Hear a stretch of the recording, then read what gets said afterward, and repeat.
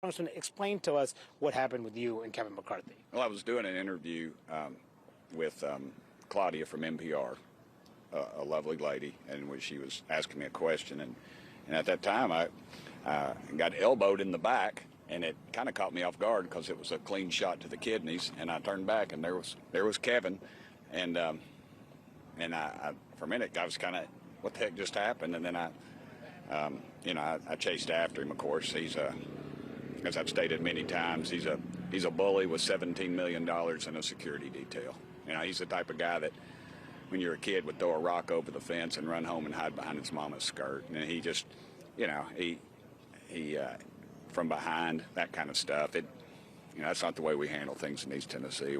If we have a problem with somebody, I'm going to look them in the eye and talk to them. Okay, so he walked down the hallway, hit you in with his elbow. Yeah, you can go on Claudia's Twitter account. It pretty much, or X account. It's very accurate. But, okay, so then just explain. So you chased him? What do you mean you chased him? I just ran after him. I was like, what the heck? Why'd you do that? Because it was, like I said, if you've ever been hit in the kidneys, it's a little different. You don't have to hit very hard to cause a little bit of pain, a lot of pain.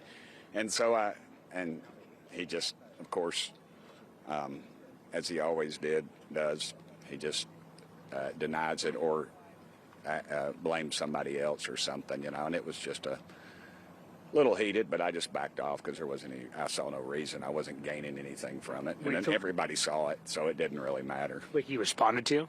Yeah, he just acted like, what are you talking about?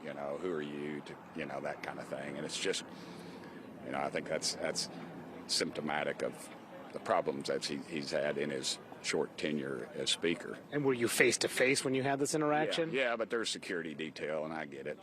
They were doing their job, so it wasn't exactly like he wouldn't turn around and face me. He kept scurrying, trying to keep people between me and him. And then, so where did he? I just let it go at that point. It wasn't. Were you yelling? He was.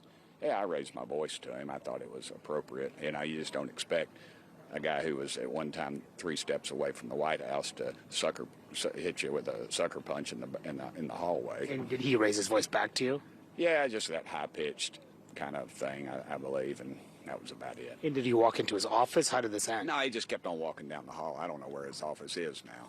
And he had his detail and his posse, so to speak, was with him. So did his detail try to stop you? Do what? Did his detail try to stop you? The detail kind of got. One guy got between us there towards the end, but I wasn't looking to knock him out or anything. I just wanted to let him know I know it was him. Were you injured? I don't know, injured, man. Did it hurt? Yeah. As a matter of fact, it still hurts because it was a shot to the kidneys, and it still hurts. Oddly enough, it's not anything probably not going to do an ethics complaint on him. He's not worth it. He's going to be gone here either after Christmas or next year. And like I said, he's got the $17 million, and he's going to keep, he's already messing in everybody's races, and we all know that. Are you accusing him of assault? Am I accusing him of assault? I don't know. Ask a lawyer. It's over as far as I'm concerned. Mm-hmm. He said to our colleague Melanie Zanona that this was a tight hallway. He denies this interaction. He says a tight hallway, and I bumped into him. He says that this was not an intentional thing. There's 435 congressmen. I was one of 8 that voted against him. That hallway was, there's plenty of room. You can walk four side by side. He chose to do what he did. And, it'll end right here, I'm sure. It'll just be a little asterisk on his storied career. And he told me last week, you are only concerned about press and policy. That's why you voted him out. You're just concerned about the press. Yeah, and that's why he held a exclusive press conference with CNN. What do you mean? I mean, he doesn't think that you did it for any real reason other than to bolster your own profile. I've gone through all the reasons. He just doesn't. He doesn't keep his word, and I think this is pretty much. It shows what he did. It just shows what he did, and it's just the way it is with him. He's not. He could have gone out on top, and he's chosen to go this route. And I feel sorry for him. I pray for him every day. You may not believe that, but I do. I pray for him, and I hope he finds some happiness in his life.